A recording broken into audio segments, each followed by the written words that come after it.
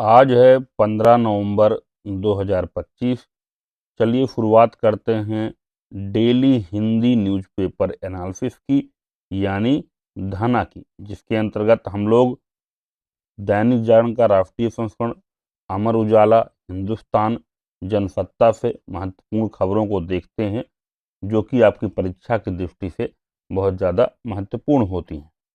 आज का पहला आर्टिकल, जो कि आपकी परीक्षा की दृष्टि से बहुत ज़्यादा महत्वपूर्ण है। बिहार विधानसभा चुनाव के जो है रिजल्ट सामने आ चुके हैं, जो कि इम्पोर्टेंट रहेगा, जो आपकी परीक्षा में पूछा जाएगा। तो टोटल कितनी सीटें थी बिहार विधानसभा में? 243 सीटें। ठीक है, जिसमें से सबसे ज़्यादा सीटें किसको मिली हैं? भाजपा को मिली हैं। कितनी सीटें? 89 सीटें। जदयू को 85 सीटें प्राप्त हुई हैं। लोजपा को मिली हैं 19 सीटें। राजद को मिली हैं 25 सीटें। एम आई एम को 5, बसपा को 1, हम को 5। ठीक है, अन्य को 6 मिली हैं। रालोमो को 4 मिली हैं। कांग्रेस को 6 मिली हैं। वाम दल को 3 सीटें मिली हैं। ठीक है, अगर वोट परसेंटेज की बात की जाए तो सबसे ज़्यादा जो वोट परसेंटेज रहा है वो आपका राजद का रहा है, 23%। ठीक है, सबसे बड़ी पार्टी बन के कौन निकली है? भाजपा निकली है। ये सारी चीज़ें इंपॉर्टेंट हैं, जो कि परीक्षा में पूछी जा सकती हैं। अगला जो आर्टिकल है आपकी परीक्षा की दृष्टि से महत्वपूर्ण है। केंद्र ने हिमाचल को दी राहत, इफ्तार परियोजना की अवधि 2 वर्ष के लिए बढ़ाई। तो केंद्र सरकार ने हिमाचल को राहत दी है। विश्व बैंक पोषित योजना है एक, इफ्तार्स यानी strengthening teaching learning and result for states. इसकी अवधि को 2 वर्षों के लिए बढ़ा दिया गया है। हिमाचल ने इसके लिए क्या किया था? आग्रह किया था। समग्र शिक्षा अभियान की ओर से दिए तर्क को शिक्षा मंत्रालय ने मान लिया है। इस परियोजना के तहत हिमाचल को 70 करोड़ रुपए की राशि पहले से मंजूर है, उसे अब हिमाचल खर्च कर सकेगा। इसके लिए अब जो है अलग से इसको नया बजट नहीं मिलने वाला है। ये जो योजना है आपका विश्व बैंक द्वारा पोषित है और इसकी शुरुआत 2019-20 में हुई थी। इसके जो राज्य थे इसमें हिमाचल प्रदेश, राजस्थान, मध्य प्रदेश, केरल, उड़ीसा और महाराष्ट्र इसमें शामिल थे। हिमाचल की जो परफॉर्मेंस थी अन्य राज्यों की तुलना में काफ़ी बेहतर आंकी गई थी। शिक्षक व विद्यार्थियों को एक्सपोजर विजिट के लिए विदेश ले जाने व प्रशिक्षण कार्यक्रमों के सफल संचालन के लिए शिक्षा मंत्रालय ने हिमाचल की सराहना की थी। यह परियोजना 6 वर्षों के लिए मंजूर हुई थी। हर साल 100 करोड़ रुपए इसके तहत मिलने प्रस्तावित थे। अगला आर्टिकल जो परीक्षा के लिए महत्वपूर्ण है, सेना ने अरुणाचल में 16,000 फीट पर मोनो रेल प्रणाली तैनात की। यह एक बार में 300 किलोग्राम से अधिक भार का परिवहन कर सकती है।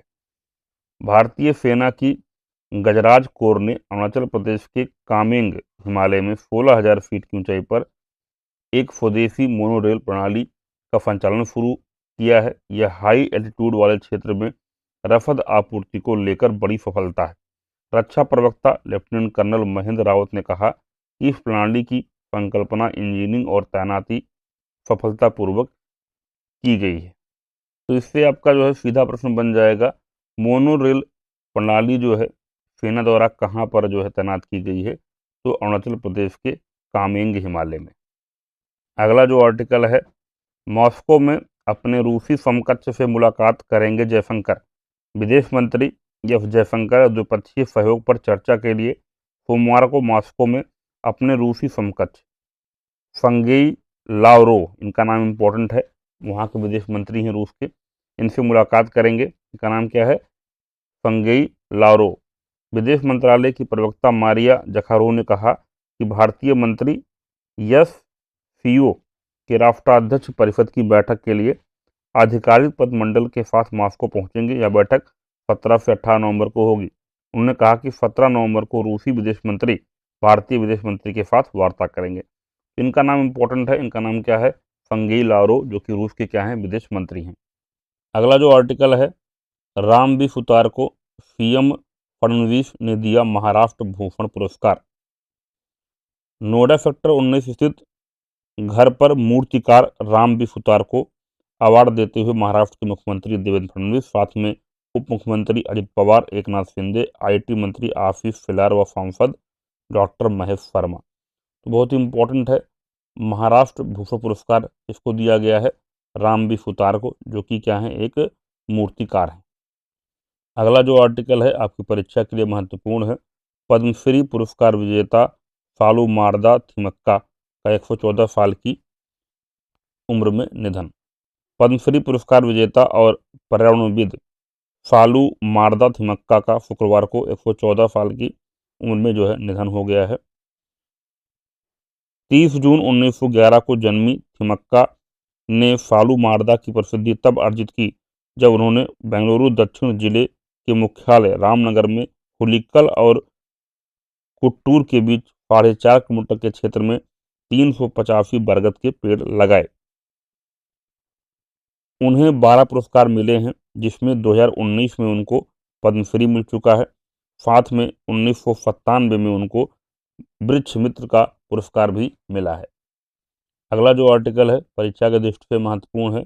एटीपी फाइनल्स में मुसेती को सीधे सेटों में हराया। एटीपी रैंकिंग में सिनर को पीछे छोड़ा। फिर नंबर 1 बने कार्लोस अल्कराज। स्पेन के स्टार खिलाड़ी कार्लोस अल्कराज ने एक बार फिर से नंबर 1 की कुर्सी से जनिक सिनर को हटा दिया है। कार्लोस अल्कराज ने एटीपी फाइनल्स में इटली के लॉरेंजो मुसेती को सीधे सेटों में हराकर साल का अंत का नंबर 1 रैंकिंग के साथ जो है इन्होंने सुसज्जित किया है। अगला जो आर्टिकल है अमर उजाला से लिया गया है। बिहार विधानसभा चुनाव के साथ 8 जगहों पर उपचुनाव भी हुए थे। ठीक है, कहाँ कहाँ पर हुए थे? बडगाम जम्मू कश्मीर में, अंता राजस्थान में, जुबली हिल्स तेलंगाना में, नुआपाड़ा उड़ीसा में, डंपा मिजोरम में, तरन तारन पंजाब में और घाटशिला झारखंड में।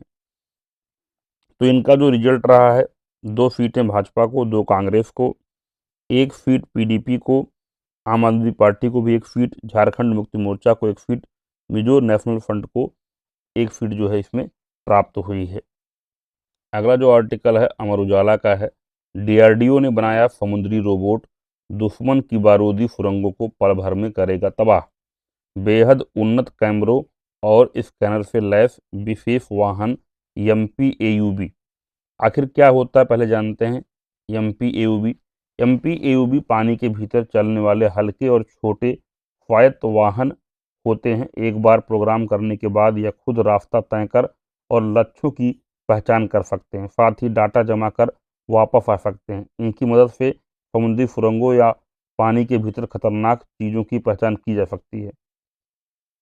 यह वाहन समुद्र के अंदर की तस्वीरें और ध्वनि रिकॉर्ड करते हैं, स्कैनिंग कर संदिग्ध आकृतियों की पहचान करते हैं। इनमें लगे डीप लर्निंग आधारित एल्गोरिदम डाटा का विश्लेषण कर बारूदी सुरंग की पहचान करते हैं। तो रक्षा अनुसंधान एवं विकास संगठन यानी डीआरडीओ ने समुद्री रोबोट जो है तैयार किया है। यह रोबोट पानी के अंदर जो है दुश्मन की बारूदी सुरंगों को तबाह करेगा। ठीक है, तो रक्षा मंत्रालय ने शुक्रवार को बताया कि पानी के अंदर चलने वाले मानव पोर्टेबल वाहनों एमपीएयूवी एक नई पीढ़ी का सफलतापूर्वक जो है विकास किया गया है और इसका विकास किया है विशाखापट्टनम स्थित डीआरडीओ की नौसेना विज्ञान एवं प्रौद्योगिकी प्रयोगशाला एनएफपीएल ने। अगला जो आर्टिकल है, नेपाल में प्रचंड की नई पार्टी को मिली मान्यता। पूर्व प्रधानमंत्री पुष्प कमल दहल प्रचंड के नेतृत्व में बनी नई नेपाल कम्युनिस्ट पार्टी, बहुत इंपॉर्टेंट इसका नाम, ठीक है, नेपाल कम्युनिस्ट पार्टी, इसको जो है नेपाल चुनाव आयोग ने आधिकारिक तौर पर मान्यता दे दी है। यह पार्टी इस महीने की शुरुआत में 10 छोटे वामपंथी दलों के विलय से बनाई गई थी। पार्टी में प्रचंड समन्वयक की भूमिका में है, जबकि पूर्व पीएम माधव कुमार नेपाल सह समन्वयक बने हैं। तो करीब 1 दर्जन वाम दलों के एकीकरण से यह पार्टी बनी है।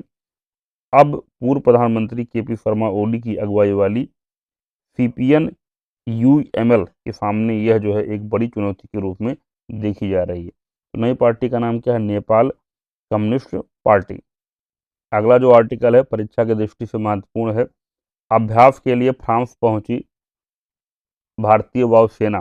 ठीक है, गरुण 25 अभ्यास के तहत वायुसेना का एक दल 16 से 27 नवंबर तक फ्रांसीसी वायु अंतरिक्ष बल के साथ द्विपक्षीय अभ्यास में भाग लेने के लिए फ्रांस के मोंट दे मार्फन एयरबेस पर उतरा। तो इम्पोर्टेंट है, तो गरुण 2025 अभ्यास जो शुरू होने जा रहा है, ठीक है, और ये किन के बीच में होता है, भारत और फ्रांस के वायुसेनाओं के बीच में होता है। तो बहुत इंपॉर्टेंट है, कई बार पूछा गया है।